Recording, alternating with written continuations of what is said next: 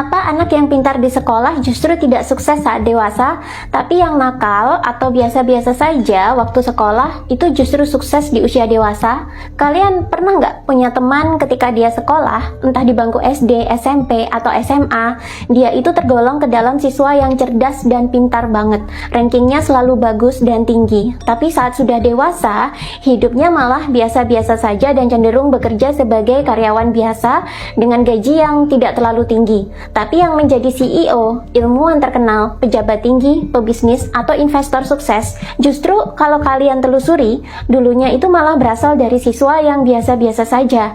Nah, ini kejadian banget di kehidupan saya. Saya punya beberapa teman yang sukses menjadi pebisnis dan menjadi investor di usia 30-an. Dan mereka semua bukanlah termasuk golongan siswa pintar dan menonjol di kelas dulu. Justru yang pintar dan menonjol sekarang cenderung tidak terdengar kisah suksesnya. Dan ini ternyata tidak hanya terjadi pada pengalaman saya saja. Dalam buku Mindset karya Carol S. Dweck ini juga dikisahkan, ternyata banyak peraih penghargaan Nobel itu bukanlah berasal dari orang-orang dengan IQ yang tinggi. Di mana IQ yang tinggi itu biasanya menjadi penanda kecerdasan intelektual seseorang. Banyak loh di antara penerima hadiah Nobel tersebut ternyata adalah orang yang biasa-biasa saja IQ-nya, bukan golongan IQ orang jenius seperti teman-teman kita di bangku sekolah yang selalu meraih peringkat pertama. Bahkan Albert Einstein, seorang fisikawan legendaris yang menemukan teori relativitas yang ilmunya masih kita pelajari sampai sekarang, dulunya juga bukan termasuk dalam golongan anak pintar di sekolahnya. Dia bahkan sempat dianggap idiot loh di sekolahnya. Thomas Alva Edison juga sama, bahkan ia sempat di drop out dari sekolah. Nah, belum lama ini FBI juga menemukan rilis yang pernah dikeluarkan terkait mendiang Steve Jobs. Ternyata Steve Jobs sendiri hanya memiliki indeks prestasi kumulatif atau IPK 2,65 pada saat SMA. Sangat rendah, padahal Steve Jobs sendiri adalah salah satu pendiri Apple dan mastermind untuk kesuksesan brand Apple itu sendiri.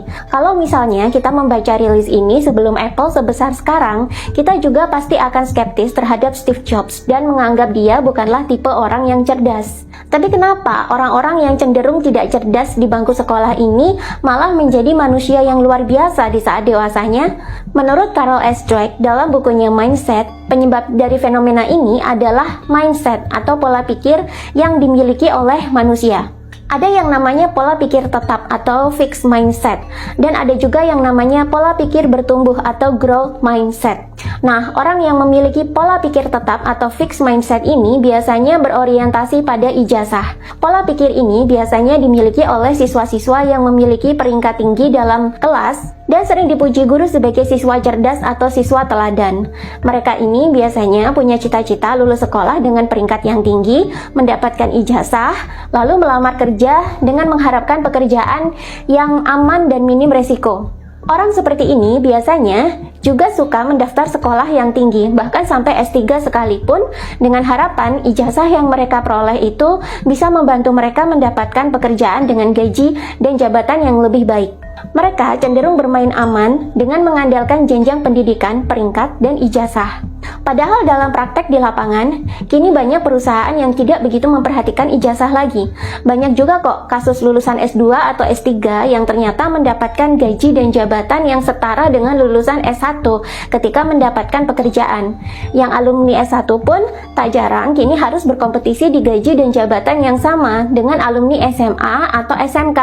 Dalam artian ijazah, IPK, dan ranking yang kita peroleh dalam sekolah sudah bukan lagi menjadi jaminan kita akan mendapatkan pekerjaan yang lebih mapan dan sukses. Nah, sedangkan orang-orang dengan pola pikir bertumbuh atau growth mindset, mereka memiliki cara pandang dan aksi yang berbeda.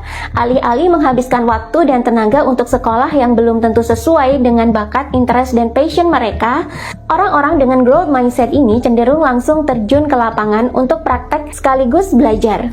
Mereka ini adalah tipe-tipe orang yang menjadi semakin cerdas dari hari ke hari dan terus berkembang karena terbiasa melalui segala rintangan dan hambatan. Itulah kenapa mereka akhirnya bisa menjadi seorang CEO yang sukses, investor yang sukses, mendapatkan jabatan tinggi di perusahaan, menjadi pebisnis yang sukses, menjadi ilmuwan yang terkenal, atau meraih hadiah Nobel. Pekerjaan-pekerjaan seperti CEO, pebisnis, investor, bahkan penemu atau inventor tidak akan bisa dicapai jika manusia memiliki fixed mindset, karena jenis-jenis pekerjaan ini adalah pekerjaan yang penuh dengan tantangan dan rintangan dan membutuhkan manusia yang terus bertumbuh kecerdasannya. Bahkan, semakin tinggi pencapaian yang diraih, semakin besar juga tantangan serta rintangan yang harus dilalui. Karena terbiasa melalui rintangan dan tantangan yang semakin berat dari hari ke hari inilah, maka orang-orang dengan growth mindset ini kecerdasannya juga semakin berkembang dari hari ke hari. Tidak hanya kecerdasan di bidang intelijensia atau IQ saja, tapi mereka juga biasanya memiliki perkembangan kecerdasan yang baik dari segi emosional atau EQ dan spiritual atau SQ. Sedangkan orang-orang dengan fixed mindset biasanya hanya cerdas secara intelijensia atau IQ saja. Sedangkan kalau kita menilik profil orang-orang sukses di dunia ini, mau di Indonesia ataupun di luar negeri, mulai dari 9 naga sampai konglomerat anggota Illuminati sekalipun, mereka semua memiliki kombinasi 3 kecerdasan yang baik dan terus berkembang, yakni kecerdasan intelijensia atau IQ, kecerdasan emosional atau EQ, dan kecerdasan spiritual atau SQ. Tanpa kombinasi 3 jenis kecerdasan ini, manusia hanya cenderung menjadi orang yang biasa-biasa saja. Lalu bagaimana agar manusia bisa memiliki growth mindset atau pola pikir bertumbuh sehingga 3 kecerdasan tadi juga ikut berkembang? Menurut Carol S. Dweck, ternyata pola asuh orang tua sejak kecil dan sistem pendidikan di sekolah sangat berperan penting dalam membentuk mindset manusia sejak kecil. Karena otak anak-anak itu lebih cepat belajar dibandingkan dengan otak orang dewasa. Bagaimana pola asuh yang tepat bagi orang tua terhadap anak? Di sini, orang tua harus mampu mengkombinasikan antara hadiah dan tantangan. Dan ini diterapkan dengan sangat baik oleh para orang tua dan institusi pendidikan di negara maju, seperti di Inggris, Jerman, Belanda, Amerika Serikat, Australia, atau Finlandia. Karena itulah negara-negara ini kian maju dan kaya. Pernah nggak kalian melihat bagaimana bule mendidik anak-anaknya dibandingkan dengan orang tua Indonesia mendidik anak-anaknya? Ternyata pendidikan orang tua Indonesia itu justru berpotensi menjebak anak terperangkap dalam fixed mindset atau pola pikir tetap. Bule mendidik anak agar terbiasa mandiri sejak kecil dan mereka tak segan memberikan reward atau pujian kepada anak yang berhasil mandiri.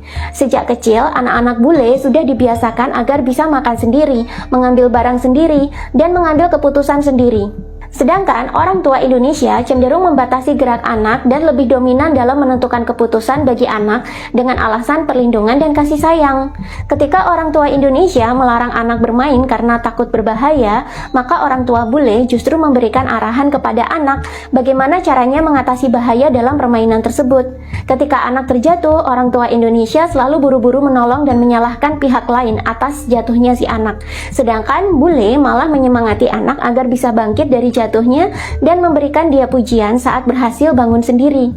Di sini terlihat jelas perbedaannya di mana anak dibiasakan untuk bisa melewati dan mengatasi rintangan sejak kecil dan selalu memberikan reward atau hadiah atau pujian ketika si anak berhasil melewatinya. Sedangkan pola asuh orang tua Indonesia justru membatasi gerak anak, mengekang dan menghindarkan anak dari rintangan dengan alasan berbahaya. Inilah yang membuat anak justru terjebak dalam fixed mindset di saat mereka dewasa.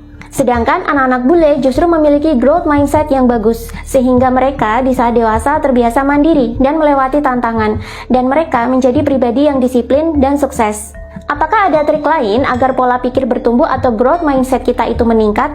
Tentu saja ada. Selengkapnya bisa kalian baca sendiri di buku Mindset karya Carol S. Dweck berikut ini. Check out bukunya di keranjang kuning di TikTok aku sekarang, dan jangan lupa tonton live-nya setiap jam 9 malam kalau tidak ada halangan.